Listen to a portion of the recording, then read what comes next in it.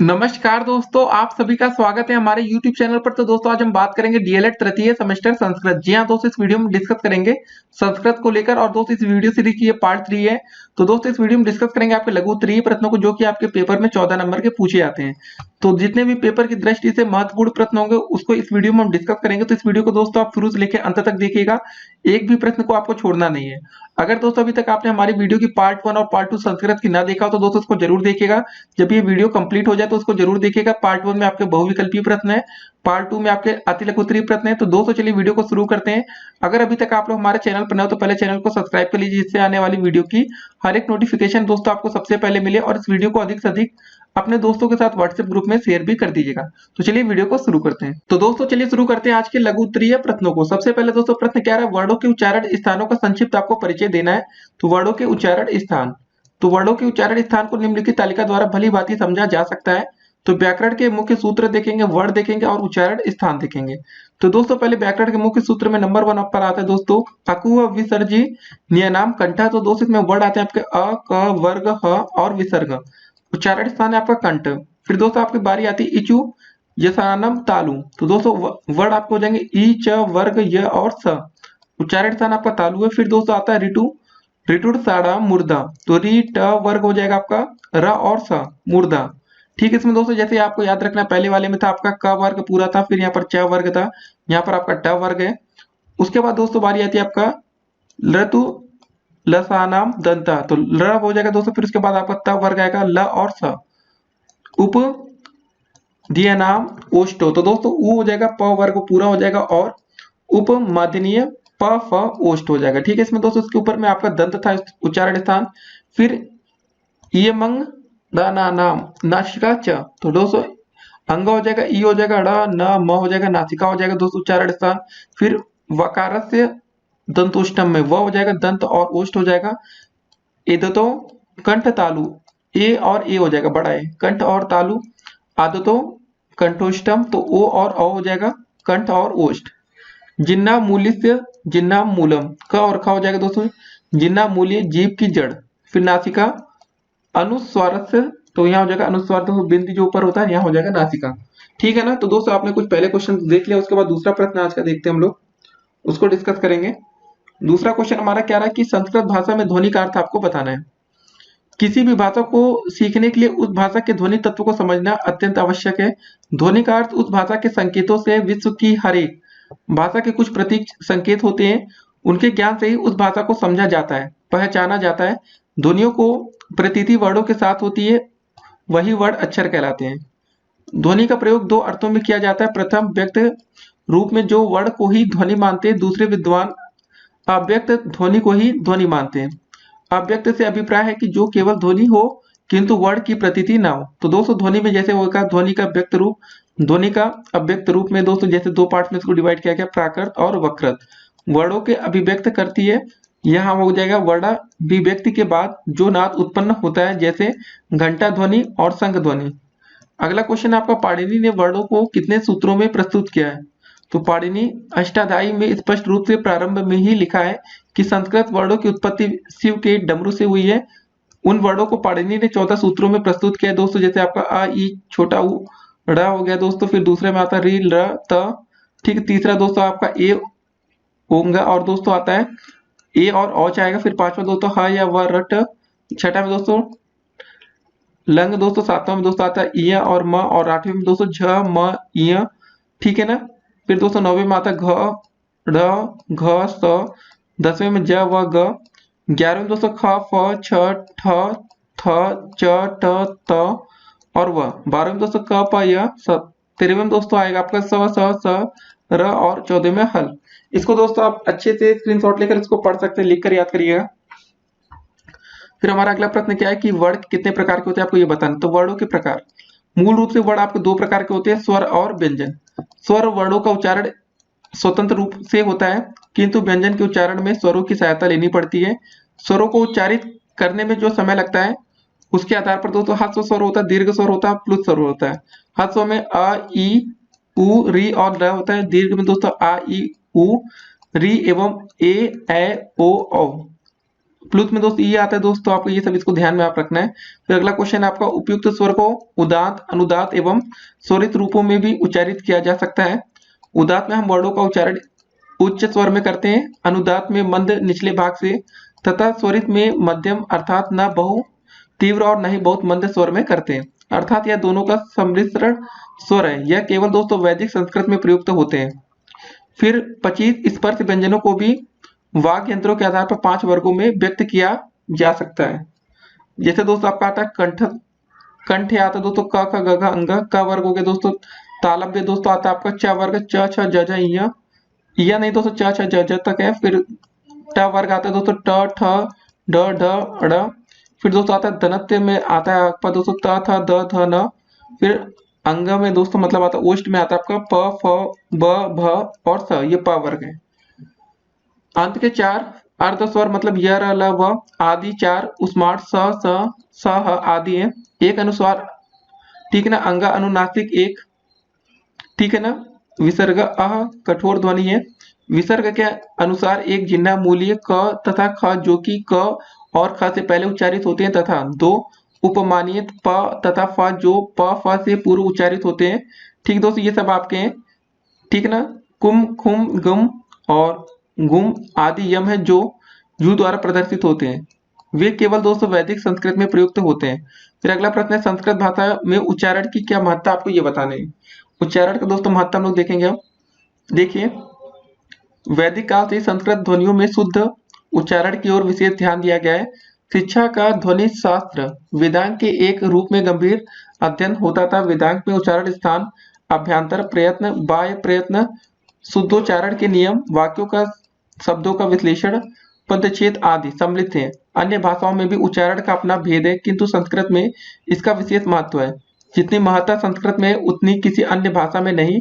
महर्षि पतंजलि ने तो अपने महाभाष्य में स्पष्ट लिखा है कि जिसका अभिप्राय है कि एक भी शब्द अच्छी तरह जाना हुआ और अच्छी तरह प्रयोग किया हुआ इस लोक की और परलोक की कामनाओं की पूर्ति करने वाला होता है। ठीक है दोस्तों, इसके बाद आप बना कर लिख सकते हैं अच्छा खासा। अगला क्वेश्चन है, उच्चारण दोष के प्रकार बताइए। देखिए, ये सब क्वेश्चन 2 नंबर के आते हैं, तो आपको उतना ही लिखना है जितना कि आपके लिए सफिशिएंट हो। पेपर में 1 घंटे का ही समय मिलता है आपको, तो उसका भी आपको ध्यान में रखना होगा, ठीक है ना। तो देखिए, उच्चारण दोष के प्रकार आपको बताना है। अलग अलग लोगों का उच्चारण यद्यपि अलग अलग प्रकार से होता है, किंतु कुछ उच्चारण दोष अलग ही स्पष्ट ध्यान खींच लेते हैं। इस विषय में पाणिनि ने स्पष्ट कहा है कि उच्चारण ऐसा नहीं होना चाहिए जो कि जीभ दबाकर उच्चारण करना तथा वर्णों को मुंह में ही काट देना, वर्णों को जल्दी जल्दी बोलना, तुरंत दोस्त, वर्णों में फेंकता हुआ बोलना, निरस्स दोस्त, एक एक करके बोलना, विलंबित दोस्त, गदगद स्वर में बोलना, गाकर बोलना, तुतलाकर अंदर ही अंदर बुदबुदाते हुए या वर्णों को पीड़ित करते हुए बोलना, अक्षरों एवं पदों के बीच बीच में खा जाना, दीन स्वर में बोलना, नाक के स्वर में बोलना, मिमियाते हुए स्वर में बोलना। ठीक है दोस्तों, ये सब दोष बताए गए हैं। अशुद्ध उच्चारण के कारण आपको बताना है दोस्तों, ठीक है, उसको हम देखेंगे। तो दोस्तों, इसका आंसर हम लोग कैसे कर सकते हैं। देखिए, आपको हेडिंग हम बता दे रहे हैं, बाकी आप उसमें बना के लिख सकते हैं। तो पहले शिक्षा का अनुकरण होगा, दूसरा माता पिता के अशिक्षित होने का कारण हो सकता है, तीसरा मनोवैज्ञानिक प्रभाव, चौथा आपका दोस्तों दूरभाष की आदत, पांचवा शब्दों का लोप, छठा है कि सामाजिक प्रभाव के कारण। और दोस्तों, ऐसे आप बनाकर बढ़िया से लिख सकते हैं। 2 नंबर का क्वेश्चन है, ये सब बनाकर आप लिखेंगे, 2 नंबर डेफिनेटली पाएंगे। अगला क्वेश्चन दोस्तों, उच्चारण संबंधी त्रुटियों का निराकरण किस प्रकार किया जा सकता है। तो देखिए, उच्चारण संबंधी त्रुटियों के निराकरण हेतु निम्न बातों पर आपको ध्यान देना आवश्यक है। पहला आपका ध्वनि तत्व का ज्ञान, अक्षर ज्ञान, उचित ध्वनि, निर्गम, बलाघात, स्वराघात, विश्राम, स्वर माधुर्य, ध्वनियों का ज्ञान आदि होना चाहिए। कठिन शब्दों के शुद्ध उच्चारण का अभ्यास करना चाहिए। अशुद्ध उच्चारण वाले शब्दों की सूची बनाकर प्रतियोगिताओं का आयोजन करके शुद्ध उच्चारण के प्रति सतर्कता बरतकर, अक्षरों और भाषाओं का उचित ज्ञान देकर, उच्चारण संबंधी परीक्षाओं का प्रबंध करके, ग्रामोफोन टेप आदि का प्रयोग करके, व्यक्तिगत दोषों के इंगित करके, संस्कृत सामाजिक पदों का पढ़ाने का अभ्यास कराकर। फिर अगला क्वेश्चन हमारा क्या रहा है कि संधि क्या है, इसके कितने भेद है समझाना है। संधि जोड़ या मिलाना, 2 वर्णों के अत्यंत निकटता के कारण उनका जो योग होता है उसी को संधि कहा जाता है। अर्थात व्यवधान रहित 2 वर्णों की अधिक समीपता के कारण उत्पन्न विकार को ही संधित या संधि कहा जाता है। यथा देव प्लस आलय का हो जाएगा देवालय। संधि के मुख्य 3 मतलब मुख्य रूप से तीन भेद होते हैं, अच्छ संधि या स्वर संधि, हल संधि या दोस्तों व्यंजन संधि, विसर्ग संधि। इनका नाम आप जिन्हें जरूर सुना होगा, स्वर संधि, व्यंजन और विसर्ग संधि। तो पहले दोस्तों बारी आती है आपकी अच्छ संधि या स्वर संधि। ठीक, जो आपका परस्पर दो स्वर वर्णों या स्वर प्लस स्वर की अत्यंत निकटता से दोनों स्वरों के रूप में होने वाले परिवर्तन विकार को ही स्वर संधि कहा जाता है। विद्या प्लस आलय हो जाएगा विद्यालय। स्वर संधि के 7 भेद प्रचलित हैं, जिनमें से मुख्य 4 भेदों का निरूपण किया जाएगा। वे हैं दीर्घ संधि, गुण संधि, वृद्धि संधि, यड़ संधि, अयादि संधि, पूर्व रूप संधि और पर रूप संधि। फिर दूसरी दोस्तों बारी आती है आपके हल संधि की या व्यंजन संधि। जहां किसी व्यंजन का किसी बाद वाले व्यंजन वर्णों के साथ मेल होता है तथा परस्पर मिलने से जो परिवर्तन होता है उसे व्यंजन संधि कहते हैं। फिर दोस्तों तीसरा नंबर आपका विसर्ग संधि। जहां दोस्तों ये देख रहे हैं आप बिंदी से परे किसी स्वर या व्यंजन के होने पर जो विकार उत्पन्न होते हैं उसे विसर्ग संधि कहते हैं। अगला प्रश्न है कि समास क्या का मतलब क्या अर्थ है। समास विग्रह को समझाना यह क्वेश्चन आ सकता है। द्वंद्व समास किसे कहते हैं, इसके कितने भेद होते हैं। या द्विगु समास दोस्तों देखिए सब क्वेश्चन 2016-17 में आ चुका है। तो पहले समास का अर्थ देखते हैं। संक्षेप अर्थात दो या दो से अधिक शब्दों के अर्थ में परिवर्तन किए बिना आकार में छोटा रूप प्रदान करना ही समास है आपका। भाषा में संक्षिप्त भाव और सुंदरता लाने के लिए समास का प्रयोग किया जाता है। दो या दो से अधिक सार्थक शब्दों को मिलाकर एक समस्त सार्थक स्वतंत्र शब्द बने तो उसे समास कहते हैं। जैसे शुष्क पत्राड़ी, नव पुष्पाड़ी, मधुर स्वरे। समास विग्रह समास के शब्दों को अलग अलग करके लिखना समास विग्रह कहलाता है। जैसे शुष्काड़ी, पत्राड़ी, नवानी पुष्पाड़ी, मधुरे स्वरे। समास विग्रह करने की दूसरी विधि इसी प्रकार है। शुष्काड़ी मतलब चहतानी, पत्राड़ी नवानी चहतानी, पुष्पाड़ी मधुर चह स्वर मधुर स्वर। समास विग्रह करते समय प्रथम पद को विभक्ति युक्त करके लिखा जाता है। समास के दोस्तों भेद देखते हैं। पहले द्वंद्व समास। समास आपके 6 प्रकार के होते हैं, ध्यान रखना है। द्वंद्व हो गया, द्विगु हो गया, कर्मधारय समास, तत्पुरुष समास, बहुब्रीहि समास और अव्ययी भाव समास। तो कोई ना कोई समास पेपर में आ जाता है आपके। तो पहले बात करेंगे हम लोग द्वंद्व समास की। इस समास के दोनों ही पद प्रधान होते हैं। दोनों पदों के बीच में ठीक है ना संबंध को जोड़ने के लिए दोस्तों किसका प्रयोग होता है, च का। देखिए याद रखिएगा हमेशा च जरूर आएगा। जैसे दोस्तों माता व पिता च ऐसे करके ना। तो जैसे दोस्तों आपका पितरों को हो जाएगा माता व पिता च, राम कृष्ण को हो जाएगा रामश्च कृष्णश्च। द्वंद्व समास के भेद दोस्तों देखते हैं। द्वंद्व समास आपके 3 प्रकार के होते हैं। इतरेतर द्वंद्व, समाहार द्वंद्व और एक शेष द्वंद्व। फिर बारी आती है आपके द्विगु समास की। जिसका पहला शब्द संख्यावाचक होता है उसे द्विगु समास कहते हैं। इस समास का प्रयोग समूह अर्थ में होता है। जैसे त्रयाणम लोकानम समाहार मतलब त्रिलोकी, दशानम आननाम समाहार मतलब दशाननम, पंचाना घटानम समाहार मतलब हो जाएगा पंचवटी, त्रयाणम भुवनानम समाहार हो जाएगा त्रिभुवनम। फिर कर्मधारय समास।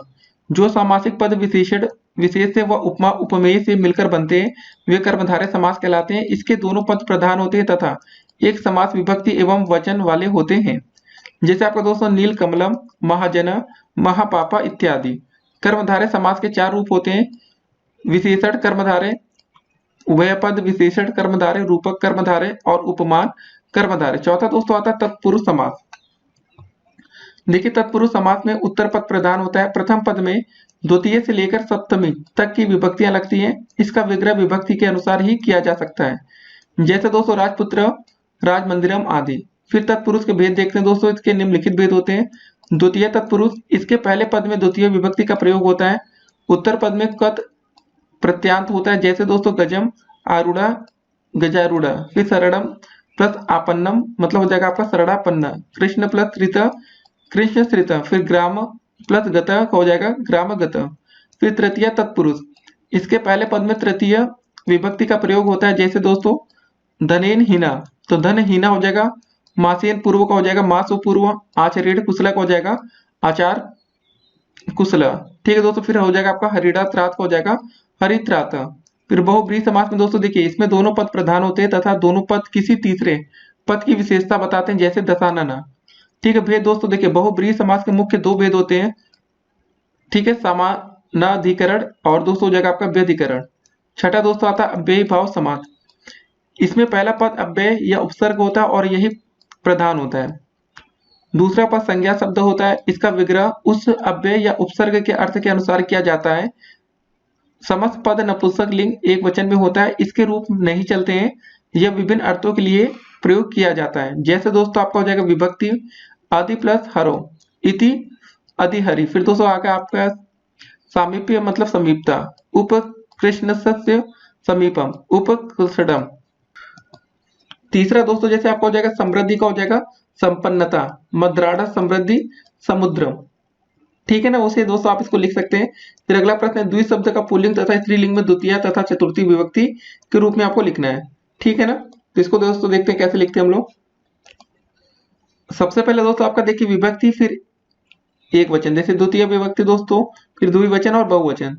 तो द्वितीयम हो जाएगा, द्वितीय हो जाएगा, द्वितीयान हो जाएगा, चतुर्थी में दोस्तों हो जाएगा आपका द्वितीय इसमें और या द्वितीय या, तो द्वितीय भ्याम और द्वितीय हो जाएगा। ठीक है, फिर स्त्रीलिंग में दोस्तों इसको कैसे लिख सकते हैं, विभक्ति में आपका द्वितीय हो जाएगा तो द्वितीयाम, द्वितीय, द्वितीय, चतुर्थी में हो जाएगा द्वितीय में और द्वितीय भ्याम, फिर दो जगह हो जाएगा आपका द्वितीयाभ्य। फिर अगला क्वेश्चन है राम शब्द के रूप में सभी विभक्तियों एवं वचनों में आपको लिखना है। तो प्रथमा में दोस्तों क्या हो जाएगा राम, रामो, रामा, द्वितीय में रामम, रामो, रामान, तृतीय में दोस्तों हो जाएगा रामेण, रामाभ्याम, रामे, चतुर्थी में रामाय, रामाभ्याम, रामेभ्य, पंचमी में रामात, रामाभ्याम, रामेभ्य, षष्ठी में दोस्तों रामस्य, राम्यो, रामारणाम, सप्तमी में रामे, राम्यो, रामेशु, संबोधन में हे राम, हे रामो, हे रामा। फिर हमारा अगला प्रश्न क्या रहा, हरि शब्द के रूप में सभी विभक्ति एवं वचनों में लिखना है। तो हरि शब्द, तो चलिए दोस्तों इसको देखते हैं। पहले प्रथमा में हरि हो जाएगा हरि, हरिया, हरिम, हरि, हरिन, हरिड़ा, हरिभ्याम, हरिभि, हरिये, हरिभ्याम, हरिभ्य, फिर हरे हो जाएगा हरिभ्याम, हरिभ्य, फिर हरे, हर्यो, हरिडाम, हरो, हर्यो, हरिसु, हे हरि, हे हरि, हे हरय। फिर हमारा अगला प्रश्न क्या रहा कि निम्नलिखित शब्दों के रूप में सभी विभक्तियों तथा सभी वचनों में लिखना है। तो गुरु, जगत और नदी का। ठीक है दोस्तों, इसको देखते हैं एक एक करके लिखेंगे हम लोग। पहले गुरु का देखेंगे, गुरु, गुरु, गुरुवा, गुरुम, गुरु, गुरून, गुरुडा, गुरुभ्याम, गुरुबि, गुरुवे, गुरुभ्याम, गुरुभ्य, गुरु, गुरुभ्याम, गुरुभ्या, गुरु, गुरुवो, गुरुडाम, गुरु, गुरुवो, गुरुसु, हे गुरु। ठीक है ना, हे गुरु मतलब हे गुरु और हे गुरुआ। फिर बात आती है आपके जगत मतलब संसार।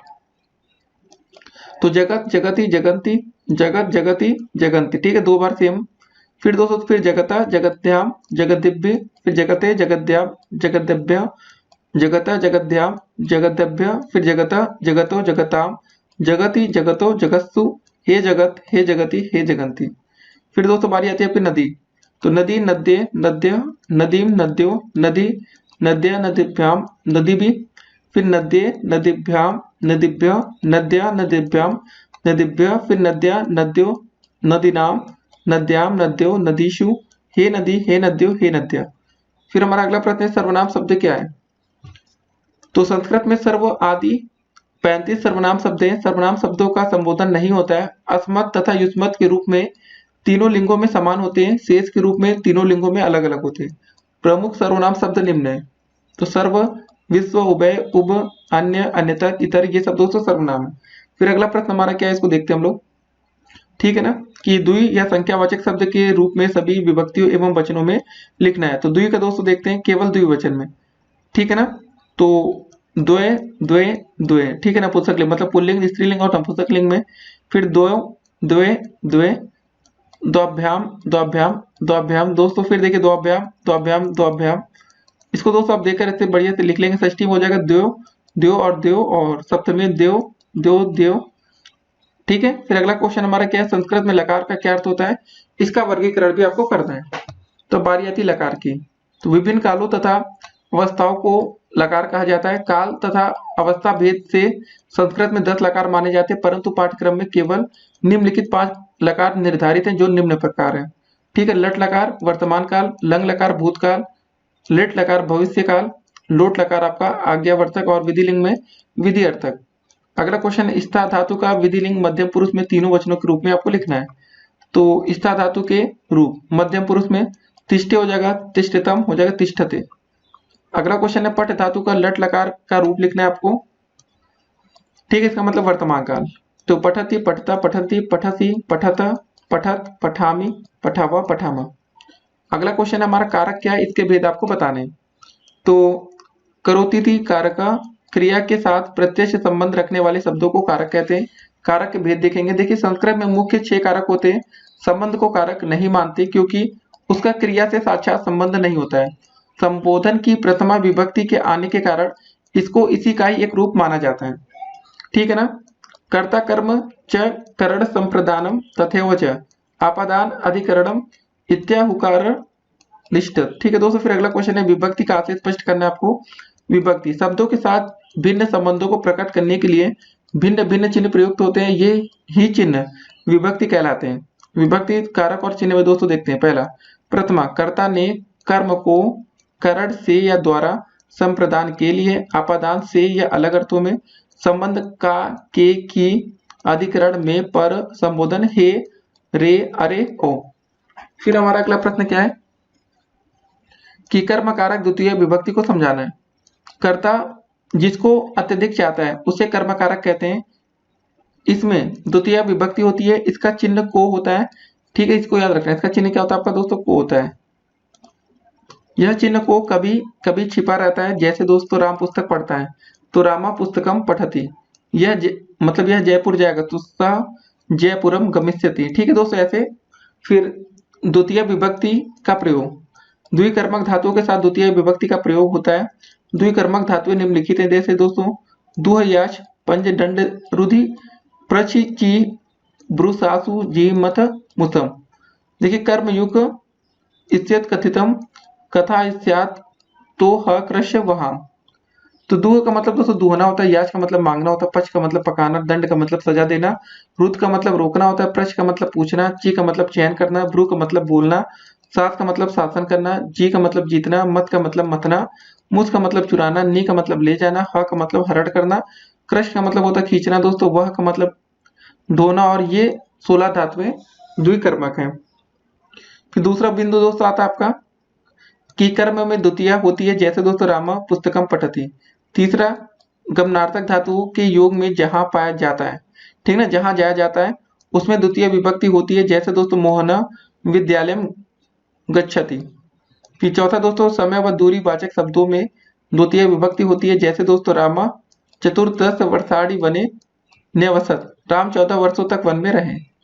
फिर पांचवा दोस्तों आपका सीट आता है सोना, स्था ठहरना, आश मतलब बैठना। धातुओं के पहले यदि अधि उपसर्ग हो तो उनके आधार पर द्वितीय विभक्ति होती है। जैसे दोस्तों बाला सस्याम अधिसेते, मतलब बालक खाट पर सोता है।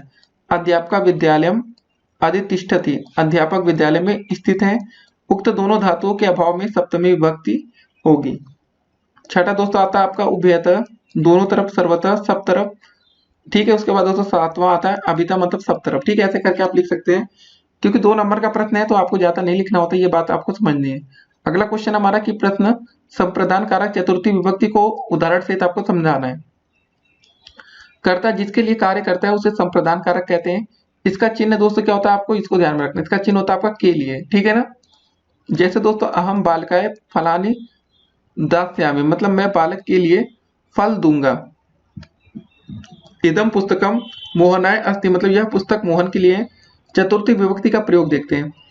संप्रदान कारक में चतुर्थी विभक्ति होती है। जैसे दोस्तों दा तौरो जना स्तंभ में संयुक्तम प्रेक्षन्ति। ठीक है दोस्तों। दूसरा दोस्तों आता है जब कोई वस्तु सदा के लिए दी जाती है और देने वाले का अधिकार समाप्त हो जाता है तो चतुर्थी विभक्ति का प्रयोग किया जाता है। जैसे दोस्तों राजा विप्राय धेनु ददाति। तीसरा दोस्तों बिंदु आता है कि नमा स्वस्थ, स्वाहा, स्वधा, अलम तथा पर्याप्त अर्थ वाले अन्य शब्द के साथ चतुर्थी विभक्ति का प्रयोग किया जाता है। जैसे दोस्तों गुरुवे नमः।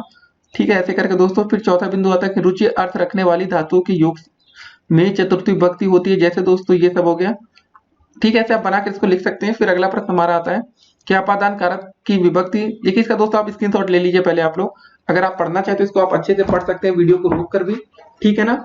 अब देखते हैं आज का अगला प्रश्न कि अपादान कारक की विभक्ति तथा उसका चिन्ह संस्कृत भाषा में एक उदाहरण से समझाना है। तो अपादान कारक में पंचमी विभक्ति होती है। इसका चिन्ह दोस्तों होता है से, हार या अलग होता है। उदाहरण दोस्तों जैसे मात्रे। ठीक है। अगला प्रश्न है संबंध कारक षष्ठी विभक्ति को प्रयोग सहित समझाना है। जिसमें संज्ञा या सर्वनाम के जिस रूप में एक वस्तु या दूसरी वस्तु से संबंध ज्ञात हो उसे संबंध कारक कहते हैं। इसका चिन्ह का, के, की, ठीक है ना। जैसे दोस्तों रामस्य पुस्तकम अस्ति, दशरथ पुत्र राम अस्माकम हृदय सम्राट अस्ति। षष्ठी विभक्ति का प्रयोग जरा हम लोग देखते हैं यहाँ पर।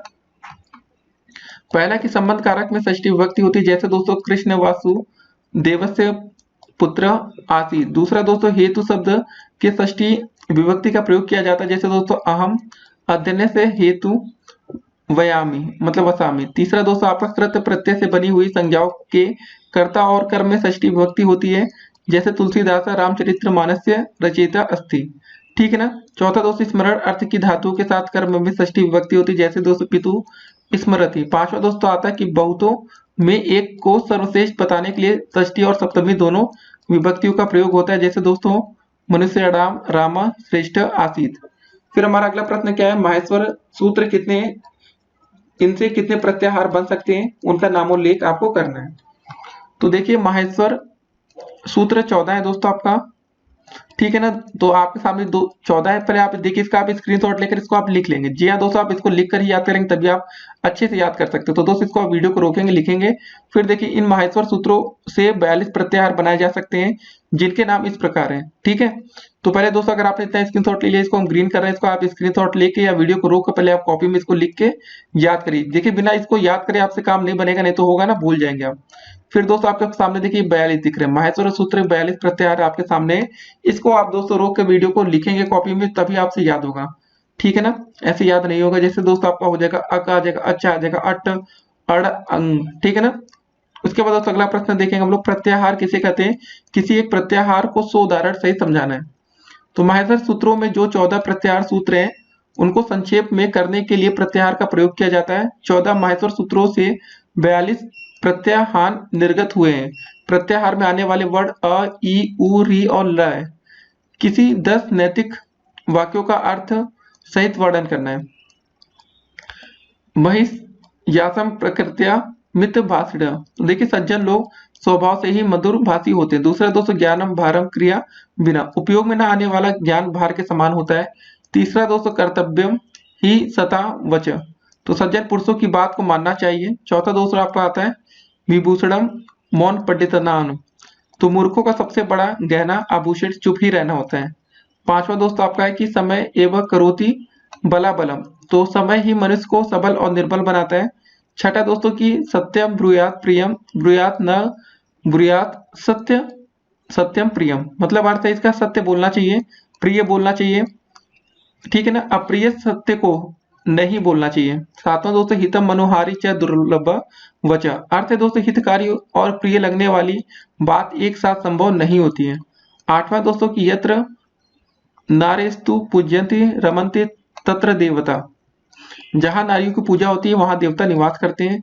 नौवां अविवेका परमा पंदा पदम, अज्ञान समस्त आपत्तियों का आधार है। 10वां विद्या धर्मेण शोभते, विद्या धर्म से शोभा देती है। फिर दोस्तों हमारा अगला प्रश्न क्या है कि वंदना से जुड़े कोई 2 श्लोक भावार्थ सहित आपको लिखना है।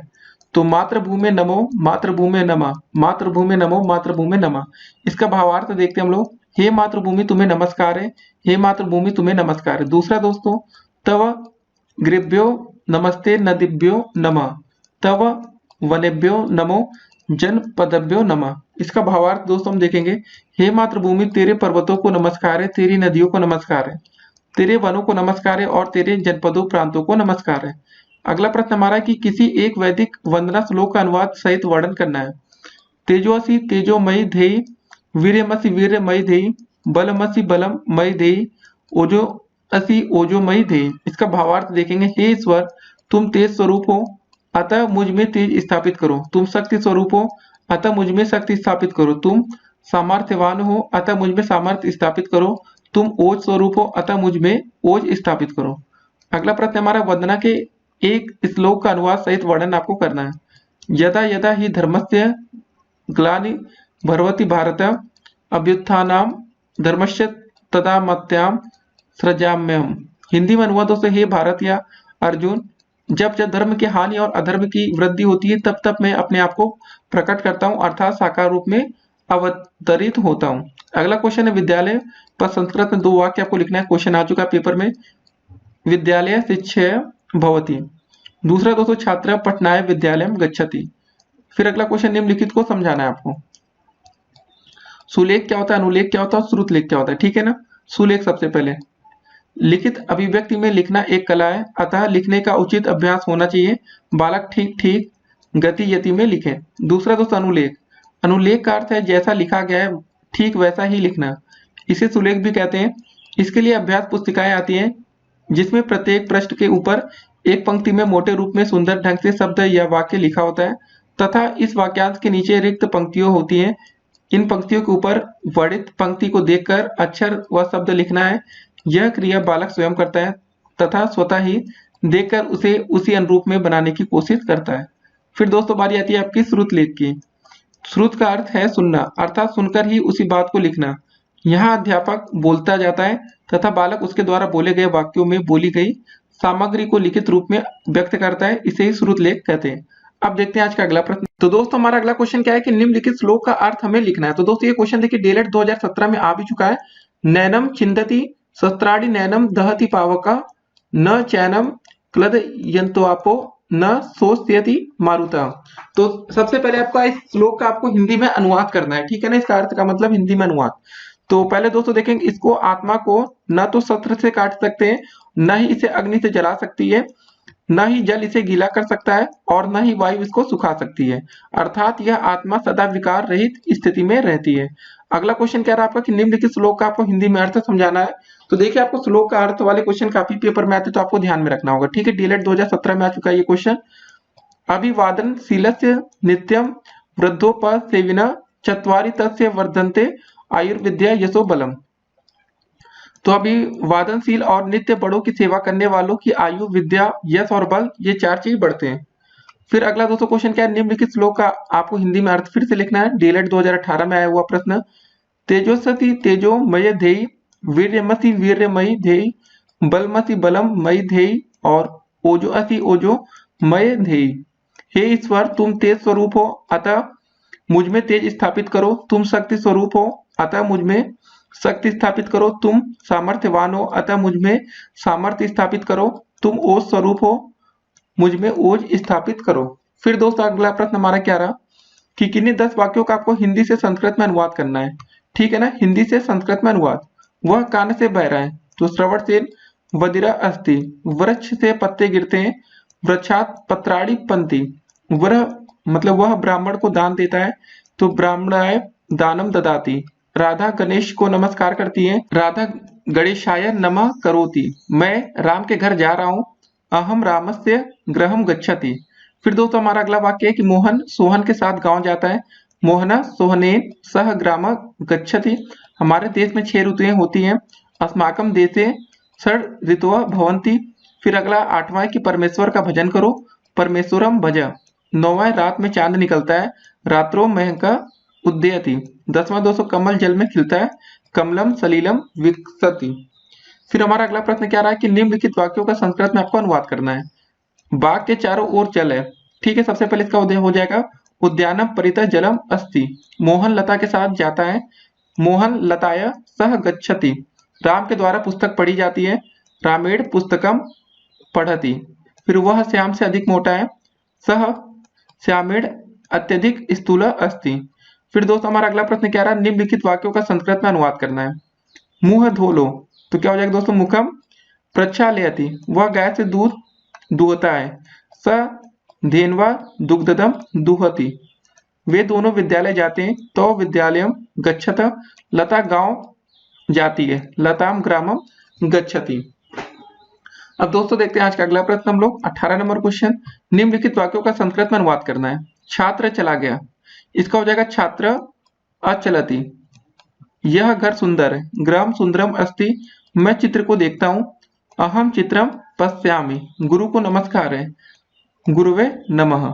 फिर अगला प्रश्न हमारा क्या रहा, किन्हीं 10 वाक्यों का संस्कृत में संस्कृत से आपको हिंदी में अनुवाद करना है।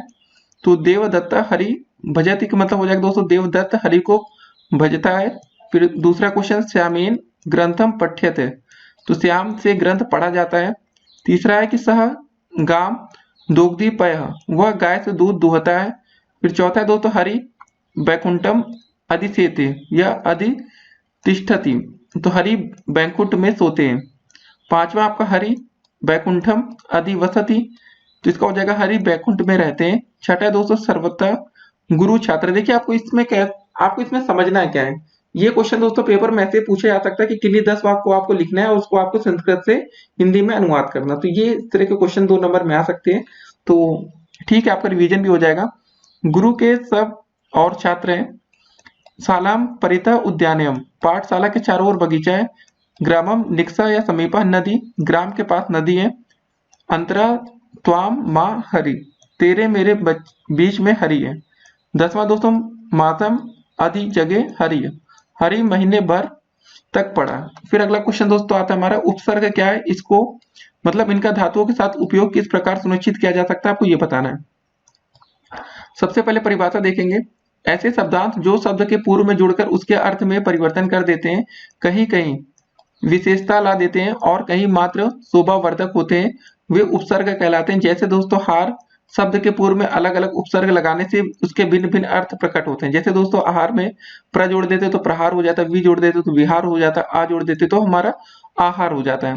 संस्कृत में उपसर्गों की संख्या 22 है। प्र परा अप सम अनु अव निस निर दुस दुर विंग आंग आ नि अधि अपि अति सु उत अभि प्रीति परि उप। देखिए दोस्तों धात्वार्थ बाधते कश्चित कश्चित तम नुक्तर्तते तमेव विशिष्ट मष्टमन्य उपसर्ग गति सुधा। धातु के साथ उपसर्ग लगाने से 3 परिवर्तन संभव होते हैं। क्रिया के अर्थ में बदलाव, जैसे दोस्तों विजय पराजय अपकार उपकार आहार विहार। फिर दोस्तों क्रिया के अर्थ में विशिष्टता आ जाती है, जैसे दोस्तों गमनम अनुगमनन। तीसरा क्रिया के अर्थ में सुधार, जैसे दोस्तों वसति का हो जाता है अधिवसति। अगला प्रश्न क्या रहा हमारा, किन्हीं 15 उपसर्गों का अर्थ स्पष्ट करना है आपको। उपसर्गों का अर्थ, सबसे पहले दोस्तों बारी आती है आपकी प्र की। प्र में अधिक अतिशय उत्तम आदि का अर्थ हो गया, और उदाहरण प्रसार हो गया प्रमाणम प्रहार प्रकार। फिर दोस्तों बारी आती है परा की, विपरीत हो गया इसका अर्थ पश्चात पीछे, तो पराभव पराक्रम पराजय पराकाष्ठा। फिर अप आता है दूर करना या निंदा बुरा अभाव, अपराध या अपमान अपकर्ष अपवाद। फिर बात आती है सम की, इसका अर्थ होता है आपका साथ समान सहार और अच्छा, मतलब इसका हो जाएगा दोस्तों आपका उदाहरण संस्कार संहारम संकल्प संगति। फिर दोस्तों बारी आती है अनु की, तो मतलब पीछे समान साथ साथ, अनुचरा अनुभव अनुवाद अनुकूलम। फिर बारी आती है अव की, हीनता नीचे दूर, तो अवनति अवतारा अवसरा अवमानना। फिर दोस्तों बारी आती है निस की, तो हो जाएगा इसके यहाँ रहित निषेध बाहर विपरीत, तो निष्पाप निशंक निस्सार निष्लंक। फिर दोस्तों बारी आती है आपकी निर की, निषेध हो जाएगा बाहर रहित निर्दय निरादरा निर्मनम निर्बोधा।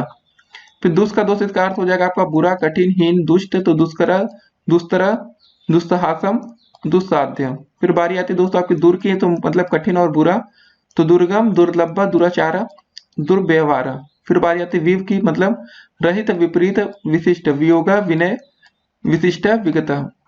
फिर दोस्तों आती है बारी आन की या आ की दोस्तों, तो हो जाएगा तक या पर्यंत कम, तो आजन्म आजीवनम आकर्षणम आमरणम। फिर दोस्तों बारी आती है नी की, तो मतलब निषेध या नीचे का अर्थ हो जाएगा, तो इसमें निधि हो जाएगा निवाकर। ठीक है, फिर दोस्तों बारी आती है अधि की, तो ऊपर श्रेष्ठ विषय में अध्यक्षता अधिपति। आप ही का दोस्त हो जाएगा निकट, मतलब अभिधानम या अपिनाम।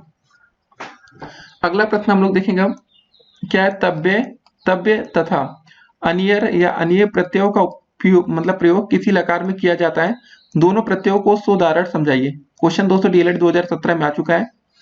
तो देखिए तब्य अनियर प्रत्ययों का प्रयोग विधिलिंग में किया जाता है, जैसे धातु तब्य प्रत्यय या तब्य, अनिचर प्रत्यय अनिच, पट का हो जाएगा दोस्तों पठतव्य पठनीय। जी हाँ दोस्तों, फिर उसके बाद अगला प्रश्न देखेंगे कि किन्हीं 2 उपसर्ग से बने संस्कृत के 2 शब्द आपको लिखना है। तो प्रति प्लस आ प्लस गमनम, तो हो जाएगा आपका प्रत्यय गमनम। दूर प्लस वी प्लस अव प्लस हार, तो दुर्व व्यवहार। ठीक है दोस्तों, अगला क्वेश्चन हमारा क्या है, प्रत्यय क्या है, इसको आपको समझाना है। तो इसकी परिभाषा देखते हैं। प्रतीयते विधीयते इति प्रत्यय, अर्थात ऐसे शब्दांश जो धातु के अंत में जुड़कर उसके अर्थ में परिवर्तन कर देते हैं अथवा सुंदरता प्रदान करते हैं वे प्रत्यय कहलाते हैं। जैसे दोस्तों आपका लिखिता आदि। प्रत्यय प्रधान रूप से मतलब दो प्रकार के होते हैं, कृदंत प्रत्यय और तद्धित प्रत्यय। कृदंत प्रत्यय क्या होता है? ऐसे प्रत्यय जो धातु के अंत में जुड़कर संज्ञा विशेषण अव्यय शब्द बनाते हैं और जिस धातु के अंत में कृत प्रत्यय लगा हो उसे कृदंत प्रत्यय कहते हैं। जैसे दोस्तों कृ तो करते हो जाएगा। फिर तद्धित प्रत्यय क्या होता है? तद्धित प्रत्यय संज्ञा सर्वनाम क्रिया और विशेषण शब्दों के साथ लगाए जाते हैं। ये प्रत्यय शब्द के साथ जोड़े जाते हैं। जैसे सुंदरता, सुंदर प्लस तल। अगला क्वेश्चन है पाठ्यक्रम के अनुसार कुछ प्रत्ययों का विवरण प्रस्तुत करना है आपको। तो देखते हैं। पहला दोस्तों आता है आपका कत और कतवतु प्रत्यय ना। तो ये दोनों प्रत्यय भूतकाल में प्रयुक्त होते हैं। क्वत प्रत्यय का त और क्वतवतु का तवत शेष रहता है। कत प्रत्यय का प्रयोग कर्मवाच्य एवं भाववाच्य में होता है। क्वतवतु प्रत्यय कर्तवाच्य में प्रयुक्त होता है। क्वत प्रत्यय के तीनों लिंगों में चलते हैं। जैसे दोस्तों आपका क्या होता है? धातु, अर्थ, पुल्लिंग, स्त्रीलिंग और नपुंसकलिंग में। क्र का दोस्तों हो जाएगा आपका किया, पुल्लिंग में कृतः, स्त्रीलिंग में कृता और नपुंसकलिंग में कृतम हो जाएगा।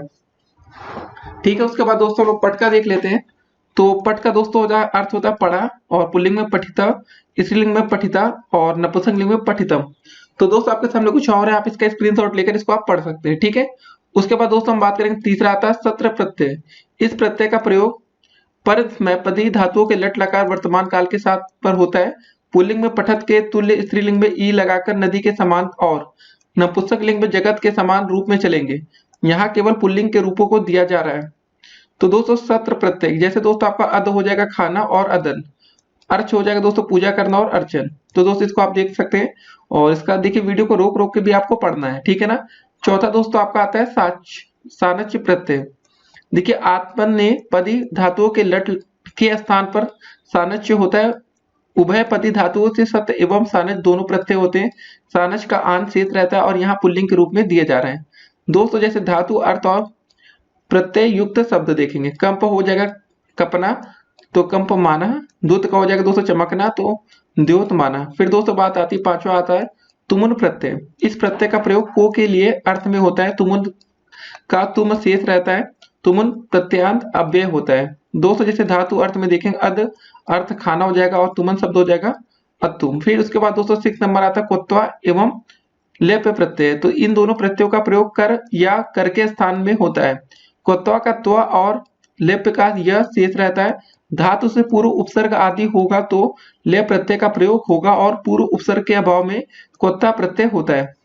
इसका दोस्तों देखते हैं जैसे धातु में अर्च हो जाएगा तो अर्थ हो जाएगा पूजा करना। कोत्ता प्रत्यांत में हो जाएगा अर्चित्वा और लेप प्रत्यांत में हो जाएगा समाचर्य। दोस्तों दूसरा देखते हैं जैसे भू धातु है होना मतलब भूत्वा हो जाएगा और संभूय। ठीक, उसके बाद दोस्तों आप इसका स्क्रीनशॉट लेके मतलब पढ़ सकते हैं। फिर अगला प्रश्न हम देखेंगे वाच्य परिवर्तन क्या होता है, इसके परिवर्तन संबंधी नियमों को समझाना है। ये क्वेश्चन डीएलएड 2016 में आ भी चुका है। जैसे क्वेश्चन था आपका कर्तवाच्य को कर्मवाच्य में परिवर्तित करने के क्या नियम है, आपको उदाहरण से बताना था। संस्कृत में वाक्य की क्रियाएं 3 वाच्यों में होती है, कर्तवाच्य, कर्मवाच्य और भाववाच्य। सकर्मक धातु की क्रिया 2 वाच्यों में कर्तवाच्य एवं कर्मवाच्य में होती है। तो कर्तवाच्य क्या होता है, देखिए इसमें कर्ता में प्रथमा तथा कर्म में द्वितीय विभक्ति होती है। जैसे देवदत्ता ग्रामम गच्छति, रमा ग्रंथम पठति। कर्मवाच्य में इसमें कर्म में प्रथमा तथा कर्ता में तृतीय विभक्ति होती है। इन दोनों वाच्यों में क्रिया प्रथमांत पद के अनुसार होती है। जैसे देवदत्तेन ग्राम गम्यते, रमया ग्रंथा पठ्यन्ते। ठीक दोस्तों, फिर उसके बाद बारी आती है आपके भाववाच्य की। इसमें कर्ता में तृतीय विभक्ति होती है तथा क्रिया आत्मनेपदी प्रथम पुरुष एक वचन को ही होती है।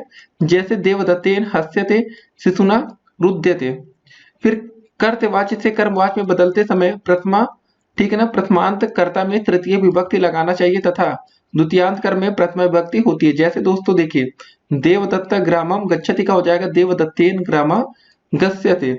ठीक है दोस्तों, आपने देखा क्या चेंज हुआ। फिर उसके बाद दोस्तों जैसे आपके सीता ग्रंथम पठति का हो जाएगा सीतया ग्रंथ पठ्यते।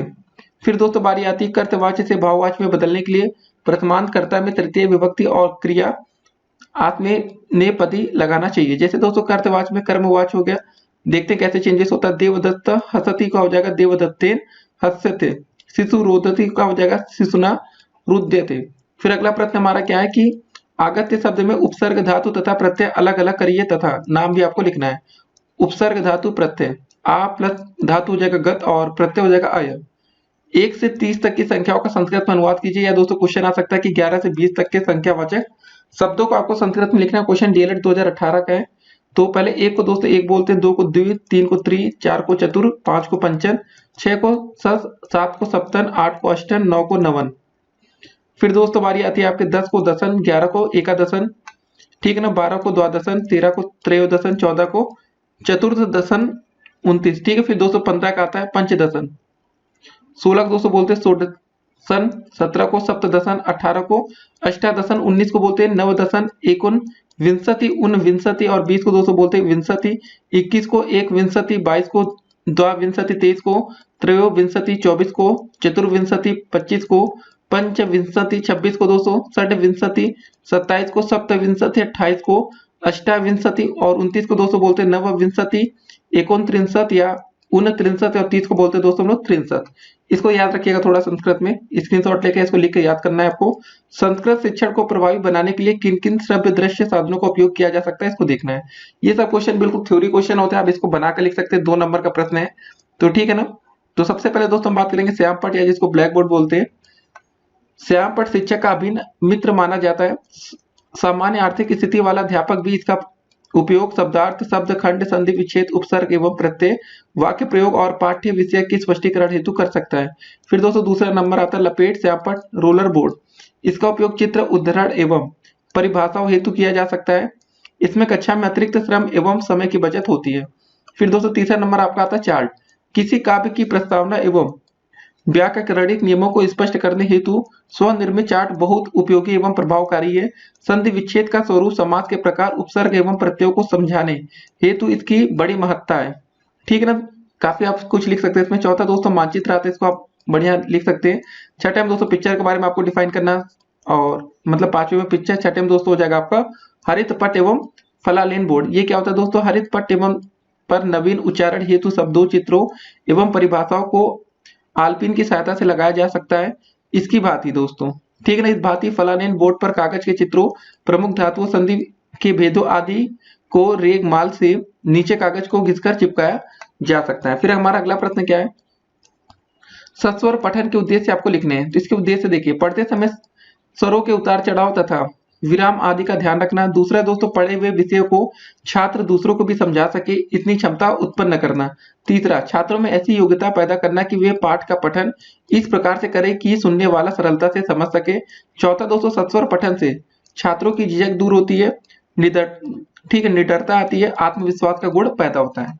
उसके बाद हमारा अगला प्रश्न क्या रहा है कि निम्नलिखित शब्दों की संधि विच्छेद कीजिए और संधि का नाम भी दोस्तों आपको लिखना है। देखिए अच्छा क्वेश्चन है। जैसे आप हिमालय का दोस्तों हो जाएगा हिम प्लस आले, इसमें दीर्घ संधि है। दैत्यारी का हो जाएगा दैत्य प्लस अरि, दीर्घ संधि। कविंद्रा का दोस्तों कवि प्लस इंद्रा, दीर्घ संधि। यद्यपि के दोस्तों यदि प्लस अपि, यड़ संधि। प्रत्येकम का दोस्तों हो जाएगा प्रति प्लस एकम, यड़ संधि। गणेशा का दोस्तों हो जाएगा गढ़ प्लस ईसा, गुड़ संधि। महेशा का दोस्तों हो जाएगा महा प्लस ईसा, गुड़ संधि। सदैव का दोस्तों हो जाएगा सदा प्लस एव, वृद्धि संधि। अगला क्वेश्चन हमारा क्या रहा है कि निम्नलिखित शब्द रूपों के विभक्ति और वचन आपको लिखने हैं। जैसे दोस्तों आप जाएगा आपका पितरन का हो जाएगा द्वितीय विभक्ति बहुवचन, पितरी का हो जाएगा दोस्तों सप्तमी विभक्ति एक वचन, गुरु का हो जाएगा प्रथमा और द्वितीय विभक्ति द्विवचन, गुरुवे का हो जाएगा चतुर्थी विभक्ति एक वचन, गुरु का हो जाएगा दोस्तों सप्तमी एक वचन, गोभी का हो जाएगा दोस्तों तृतीय बहुवचन, गवो का हो जाएगा षष्ठी सप्तमी द्विवचन। फिर राजाना का प्रथमा बहुवचन, राज्ञाम का षष्ठी बहुवचन, भगवद्यव्य का हो जाएगा चतुर्थी पंचमी बहुवचन, करी का हो जाएगा प्रथमा एक वचन, ठीक है ना। वध्वाम का हो जाएगा सप्तमी एक वचन, वरीडी का हो जाएगा प्रथमा द्वितीय बहुवचन, मनसा का हो जाएगा आपका तृतीय एक वचन, मधु का हो जाएगा प्रथमा द्वितीय एक वचन, नामनी का हो जाएगा प्रथमा द्वितीय द्विवचन, नामना का दोस्तों हो जाएगा षष्टमी मतलब पंचमी षष्ठी एक वचन, यह का दोस्तों हो जाएगा तृतीय बहुवचन, कासु का हो जाएगा सप्तमी बहुवचन, अन्य का हो जाएगा तृतीय एक वचन, वाम का हो जाएगा तृतीय चतुर्थी षष्ठी द्विवचन, त्वत का हो जाएगा पंचमी एक वचन, न का हो जाएगा द्वितीय चतुर्थी षष्ठी बहुवचन, मे का हो जाएगा चतुर्थी षष्ठी एक वचन। अगला प्रश्न हमारा क्या है कि निम्नलिखित, ठीक है ना, इसको देखते हैं। वाक्यों में रेखांकित पदों को चुनकर लकार पुरुष वचन आपको लिखना है। जैसे पहला क्वेश्चन है सह पुस्तकम अलबत, तो दोस्तों देखिए इसमें क्या हो जाएगा, लंग लकार होगा, प्रथम पुरुष होगा और एक वचन होगा। रामा पुस्तकम पठति, तो दोस्तों जो पठति का हो जाएगा हमारा ये लट लकार है, प्रथम पुरुष है, एक वचन। फिर मोहना स्वह ग्रामम गमिष्यति, तो गमिष्यति को दोस्तों देखते हम समझ जाएंगे, लट लकार है, प्रथम पुरुष, एक वचन। फिर माता तंडुलान ओदनम पचति, तो देखिए पचति दोस्तों ये आपका लट लकार है, प्रथम पुरुष, एक वचन है। फिर युवा गंत्या अभ्रमतम, तो दोस्तों आपका अभ्रमतम आपका लंग लकार है, मध्यम पुरुष है, द्विवचन है। फिर आपका नरा धर्मस्य आचरण कुर्यु, तो दोस्तों आपका जो कुर्यु हो जाएगा विधिलिंग हो जाएगा, प्रथम पुरुष बहुवचन हो जाएगा। फिर वृक्षात फलानी पतंतु, तो देखिए पतंतु आपका लोट लकार होगा, प्रथम पुरुष बहुवचन हो जाएगा। फिर पत्नी पत्या अनुगामिनी भवेत, तो दोस्तों जो आपका भवेत है वो विधिलिंग होगा, प्रथम पुरुष, एक वचन। ठीक है ना। फिर हमारा अगला प्रश्न क्या रहा, निम्नलिखित वाक्यों में रेखांकित पदों में समास अथवा विग्रह करके उस मतलब उत्तर पुस्तिका में आपको लिखना है।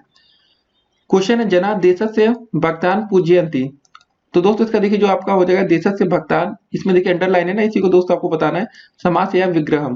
तो देश भक्तान। फिर माता च पिता च आगच्छत, तो माता च पिता च का हो जाएगा दोस्तों माता पितरों।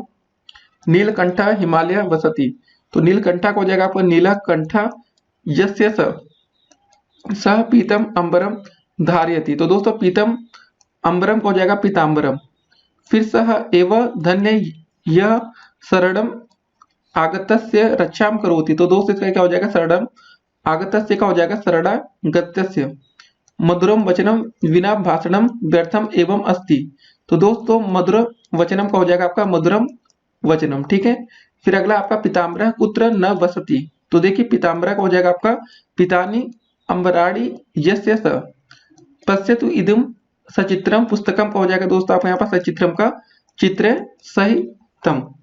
फिर हमारा अगला प्रश्न क्या रहा कि वाक्यों के रेखांकित पदों में कारक विभक्ति का नाम लिखिए तथा विभक्ति प्रयोग के नियम स्पष्ट आपको करना है।